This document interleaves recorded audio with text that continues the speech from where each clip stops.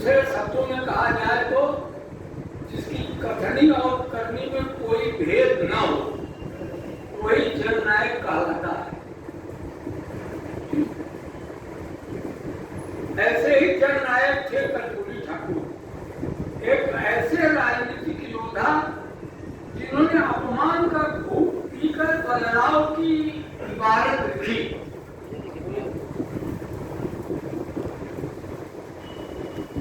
उनकी पूरी जीवन यात्रा वैचारिक प्रतिबद्धता, संघर्ष, त्याग, सादगी ऐसा दस्तावेज है जो गांधी और लोहिया के समूचे राजनीतिक और सामाजिक दर्शन को प्रतिबंधित करता है। कर्पूरी ठाकुर बिहार के वो मुख्यमंत्री थे जिन्होंने मंडल के 1.5 दशक पहले राज्य में पिछड़ों को आरक्षण दिया था। वो ऐसा जब दलितों, पिछड़ों, वंचितों की बात करना आसान नहीं था। इसी समय में एक बात और कहना चाहूंगा। आजादी के बाद जो लोग कांग्रेस से निकल के बाहर आए समाजवादी, उसमें तो आप जानते हैं राजनाथ प्रभुनाथ का भी नाम। तो हमारे पिता ही हमको बताते थे, ये मैं 50 और 52 की बात कर रहा हूं, कि जब वो सामाजिक और राजनीतिक के कार्य क्षेत्र उन्होंने चुना चंदौली को, तो जब वहां वो लोग घूमते थे उसमें सड़कें नहीं थी, उसमें गाड़ियां नहीं थी। लेकिन अगर किसी बड़े तो सबके यहां बंटवारा हो गया, जो बड़े काश्तकार थे जिनके पास 100 बीघा, 200 बीघा, 500 बीघा, 400 बीघा ये था, जब उनके दरबार में ये लोग जाते थे तो वो लोग क्या करते थे कि अरे ये सोशलिस्टवा आ गए हैं, ऐसा ना कि हम तो हटत है, तू लोग उनके पानी वानी पिया दिया, वो लोग दरवाजा छोड़ के हट जाते थे। ये जमाना था 52 का। तो ये प्रैक्टिकल बात है। लेकिन धीरे धीरे धीरे धीरे धीरे बदलाव शुरू हो और बाद में उन्हीं लोगों ने डॉक्टर लोहिया को कुछ वोटों से हरा दिया जाति के चक्कर में। लेकिन फिर उन्हीं लोगों ने हमारे निहाल को लोकसभा में भेजा, प्रभुनारायण सिंह को लोकसभा में भेजा। तो एक वो समय अलग था। अब तो बहुत बदल गया है। आज तो लगता है कि जैसे कि खास करके मैं अपनी ग्रेजुएट कर रहा हूँ, इस बिरादरी को तो लगता है कि जैसे मोदी इनके घर के ही है। माफ करिएगा, तो समाज के साथ का है।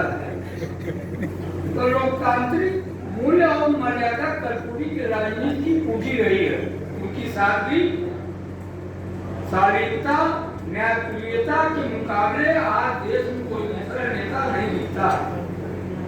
यह हमेशा दृढ़ निश्चय दिखे और उनकी राजनीतिक बेचैनी पीछे गरीबी, विशेषता, विषमता, उपेक्षा का दर्द रहा। तो ये तो हमने लिखा है, लेकिन इसमें इसका हमारा मोटी बात यह कहना था कि हम लोग चाहते हैं कि भारत सरकार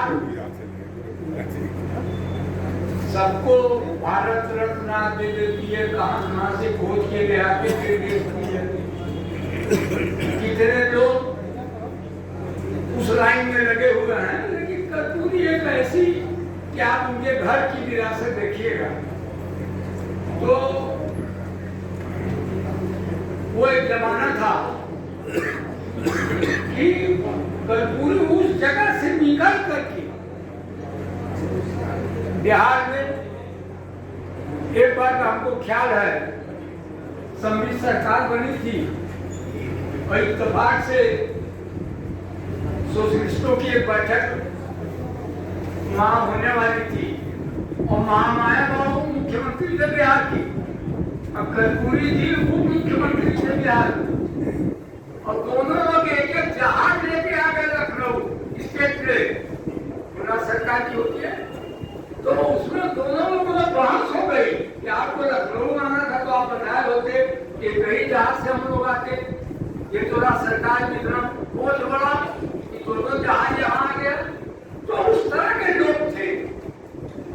तो हमारा ये कहना है कि आप भारत सरकार के यहाँ एक प्रस्ताव हम लोग यहाँ के माध्यम से इस अवसर पर भेजे हम लोग कि उनको भारत रत्न के लिए सर्वश्रेष्ठ व्यक्ति कोई है देश में तो कर्पूरी है।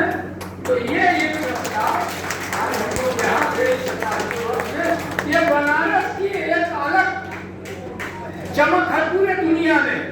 यहाँ क्यों आया मोदी लड़ने चुनाव, इसकी रोशनी बहुत दूर तक जाती है। और वो तो यहाँ आकर के कहती है कि मैं तो माँ गंगा ने बुलाया है और मैं तो इनका बेटा हूँ, फला होऊंगा, हो रही है। तो इस आपके माध्यम से अगर आप लोग इससे सहमत हो तो सभी लोग उनको राष्ट्रपति से, उन्होंने भारत सरकार से राष्ट्रपति से अनुरोध किया जाए यहाँ के कमिश्नर के माध्यम से कि उनको भारत रत्न की उनको चुना जाए। इसके लिए आप लोग की अगर सहमति है, ये मेरा प्रस्ताव है, इसमें आप लोग हाथ उठा के और एक चीज और जान लीजिए कि अगला चुनाव आप लोग नहीं देखने वाले हैं। हम लोग यहाँ बोल ले रहे हैं जहाँ ये चुनाव हुआ, अगर ये सरकार फिर बन गई तो जितने लोग यहाँ हैं, खास करके मंच वाले जितने लोग हैं, ये सब लोग जेल में नजर आएंगे। आज आप लिख जाइएगा यहाँ ये चुनाव अगर दिल्ली में अगर ये मोदी की सरकार बन गई तो मंच पर जितने लोग हैं, निश्चित रूप से मैं कह रहा हूँ सबको जेल जाना है। तो इन बातों को समझ करके आगे का आप लोग निर्णय लीजिए। यही कह करके महत्व की बात जावेद हंस रहे हैं। तो इन तमाम चीजों को अपने दिमाग में रख करके ये आप लोग आगे इसको ले चलिए। और जगह जगह देखिए धर्म से कौन लड़ेगा। जय श्री राम, भाई किस कौन राम को नहीं मानता है? यहाँ कोई ऐसा आदमी नहीं है, चाहे वो हिंदू हो, चाहे मुसलमान हो, चाहे किसी जाति का हो, सबके मन अपने भगवान के प्रति बहुत श्रद्धा है उसके। तो ये कहीं कहने की बात नहीं है कि राम के बारे में, कृष्ण के बारे में। हमारी पार्टी तो रामलीला करती थी। डॉक्टर राम मनोहर चित्रकूट में मेला लगाया करते थे। तो ये चीजें हैं, लेकिन अगर उससे लड़ना है तो सबको सबका हक देना पड़ेगा। जब सबको हक उसका मिलेगा, अभी सुभाषिनी जी आई थी, अभी हीरालाल जी, सुरेंद्र पटेल जी एक सम्मेलन जाति जनगणना के सिलसिले में अभी एक राजा तालाब में एक सम्मेलन हुआ जिसमें हम लोग भी गए थे। सुभाषिनी जी ने बड़ा ढंग से समझाया। तो इसको आप लोगों को जितना ज्यादा से ज्यादा हो सके इसको लोगों के बीच में कहना भी चाहिए और महसूस भी करना चाहिए अपने को कि जो जाति अभी तक होती आई है। अभी तो वो आरएसएस के जो चीफ हैं वो कई बार कह चुके कि बहुत जाति हुई है भाई लोगों के साथ, बहुत जाति हुई है, लेकिन इसको हम लोगों को सोचना पड़ेगा। अच्छा, वो कहते करके ये भी कहा गया कि उस जाति में ब्राह्मणों का ही हाथ है। इनका बयान देखिए आप, इनका बयान जो आया है भागवत जी का, यहाँ तक कह गए। तो इन बातों के साथ मैं ये प्रस्ताव रख दिया हूँ और अपने तमाम सामाजिक और राजनीतिक मुद्दाओं से अनुरोध करूँगा कि इसको पास कराने की कृपा करें। इन बातों के साथ आप लोग यहाँ आए, आप